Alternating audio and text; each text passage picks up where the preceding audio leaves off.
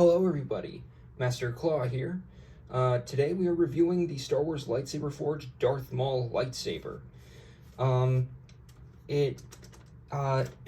should preface this, these are not meant to be replicas of the characters' lightsabers. And now that I've reviewed the Anakin lightsaber, which is right here, now that I know what to expect, I have a better understanding of what this series is about and what to look forward to. So, yeah. So, here we have Darth Maul on the box. And let's see if I can find the Anakin box. And it's done in that same style where, you know, once again, if you're a collector, take care of the boxes. Don't do what I did in the last review. But it's done that style. Oh, I should also mention, this part of Anakin's lightsaber looks like the end of one of his pod racing engines. So that's a pretty neat detail. I saw that on Dan O, his channel. But this is about Darth Maul, and right away I'm noticing these look a lot like horns. So, yeah. Also, someone commented on my last lightsaber review video that this part, a Star Wars blade builder adapter can fit in there, and then you can have double-bladed lightsabers. But I'm going to show you something that I figured out later on in the video. So let's look more at the box. You got the same graphic, wireframe. Master thousands of combinations. We've got warnings in over 6 million forms of communication. But you don't have to be C-3PO to know that you should probably be really careful with these. Yeah, it comes in 4 pieces.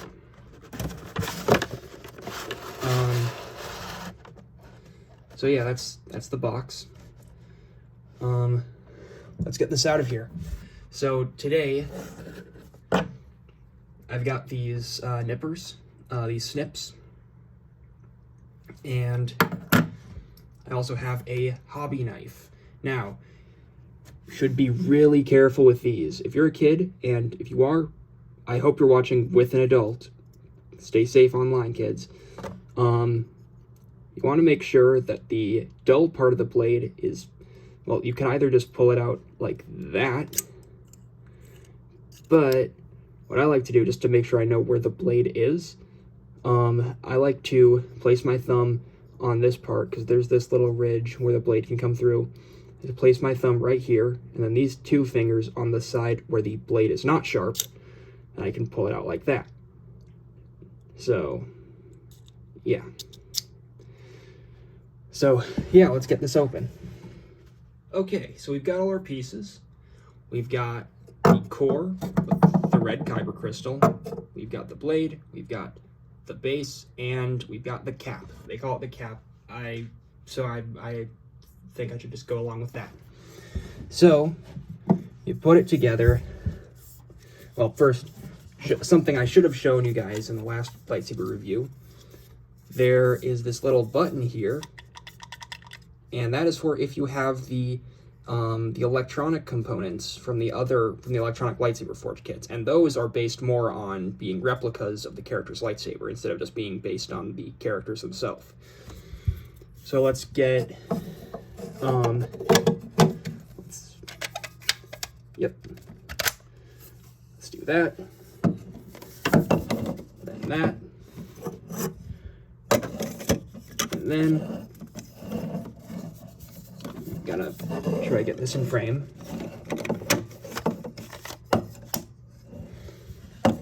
And there you have it. That's how you put this thing together. Someone in the comments of my last lightsaber review said that the reason kyber crystals turn red is because the dark side damages them, and the red blade literally causes them to bleed. And if you heal a crystal, it turns white. So that's interesting. And then these blue lightsabers, well, basically the color of any lightsaber is determined not just by the color of the kyber crystal, but the kyber crystal's color is determined by the user's connection with the Force. So, yeah. So, something else I've noticed, there's a little hole in the tip of the blade, and well, I'm pretty sure that's just used to like save plastic and make sure that the blade itself can kind of squish and bend slightly. When you swing it through the air, it kind of whistles, and there was a line of lightsaber toys from the 80s that had holes built into them, so when you swung it around, it would make a whoosh sound. So yeah, now that I know what to expect from these kits, I think I enjoy this a lot more. I also just really like this design. You know, it's kind of like when Demon Souls came out. You know, it was good, but people didn't quite understand why it was the way it was. And Dark Souls came out, and people were like, okay, I think I see what they're going for. And then Dark Souls 2 came out, and, well, we don't talk about Dark Souls 2, but Bloodborne came out, and everyone's like, okay, we got it. And then Elden Ring came out and became one of the most profitable games ever released. I think that's what I've heard. So that's kind of like this. Now that I know what to expect, I really enjoy this line. Okay, one last thing. I remove the core here, and then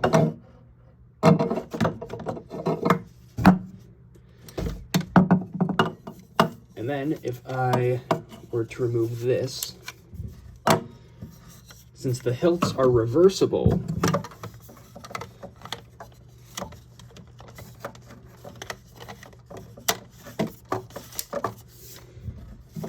now we have a, come on, I can't fit it in, hang on, there we go, a double-bladed lightsaber. I mean, you can only use it with one hand, but it exists. So yeah, let's make a new lightsaber combination. Let's dismantle these.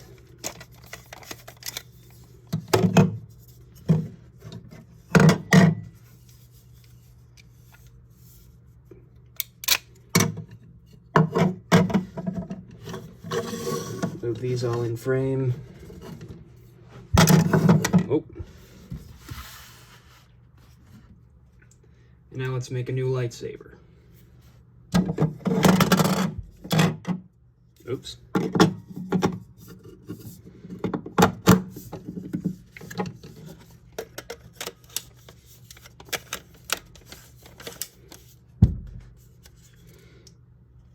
That works really well. Seriously, that's really cool. Sorry, I'm just really excited. I feel like a little kid again, playing with the Star Wars Build Your Own Lightsaber kit. That's kind of what this is invoking for me. So, yeah, that concludes my review.